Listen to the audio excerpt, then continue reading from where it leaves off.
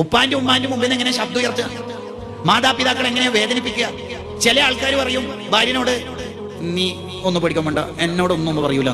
ഏട്ടന്റെ ഭാര്യനും അനിയന്റെ ഭാര്യനൊക്കെ ചിലപ്പോൾ ഉമ്മ ചൂടാവായിരിക്കും. നീ എന്നെ തൊടുക, കാരണം എന്നോട് മുണ്ടാൻ ഉമ്മാക്ക് പേടിയാണ്. യോ യോ നിന്നോട് ഉമ്മാക്ക് എന്തേലും പറയാനോ ചോദിക്കാനോ പേടിയുണ്ട് എന്നത് നീ വിജയമായിട്ട് എടുക്കുന്നുണ്ടെങ്കിൽ നീ മനസ്സിലായിക്കോ, നീ ദുനിയാവ് തന്നെ തോറ്റു തുടങ്ങിയിട്ടുണ്ട്.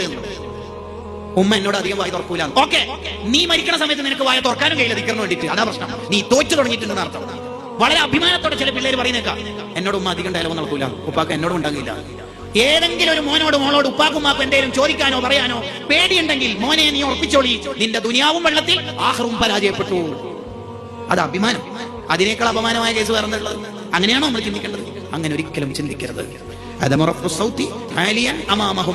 ഓരോന്ന് ശബ്ദം ഉയർത്തരുത്. ശരിക്ക് എന്ന് പറയുന്നതിന്റെ വ്യാഖ്യാനം തന്നെ എന്താണെന്നറിയോ?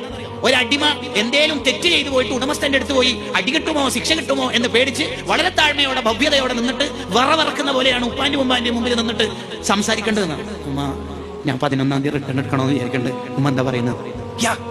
അങ്ങനെയല്ലേ ശരിക്കും ഒരു മുസ്ലിം കമ്മ്യൂണിറ്റിയിലുള്ള ഒരു കുട്ടിയെ എങ്ങനെയെങ്കിലും ഉപ്പാനിമാനി വേദനിപ്പിക്കോ? ഇതൊക്കെ പഠിച്ചൊരു ഒരു മോള് എങ്ങനെയെങ്കിലും വേദനിപ്പിക്കോ? ഉമ്മാന്റെ അറിവില്ലായ്മ ദുരുപയോഗം ചെയ്തിട്ട് നിന്റെ ഉമ്മാന്റെ ഫോണിലെ ഏതെങ്കിലും ഒരു ആപ്പ് നീ ദുരുപയോഗം ചെയ്യണമെങ്കിൽ മോളെ നീ ജയിച്ചു എന്ന് വിചാരിക്കണ്ട, നീ തോറ്റു തുടങ്ങണം. നീ ദുനിയാവെന്ന് തോറ്റു തുടങ്ങുന്നു. ആ വയസ്സായ ഉമ്മാനെ പറ്റിക്കണം. ചെക്കന്റെ പേര് പെണ്ണിന്റെ പേരാക്കി സേവ് ചെയ്തിട്ട് നീ ഉമ്മാനെ പറ്റിച്ചു അല്ലേ? നീ തോറ്റു തുടങ്ങും. നിനക്ക് ആദ്യത്തെ ശിക്ഷ എവിടെ നിന്ന് കിട്ടാന്നറിയാം? നിന്റെ ഗർഭപാത്രത്തിൽ ജനിക്കുന്ന കുട്ടികളിൽ നിന്ന് കാണാം അതിന്റെ ദുരന്തങ്ങൾ. ഒരു പ്രശ്നം ചെയ്യരുത്.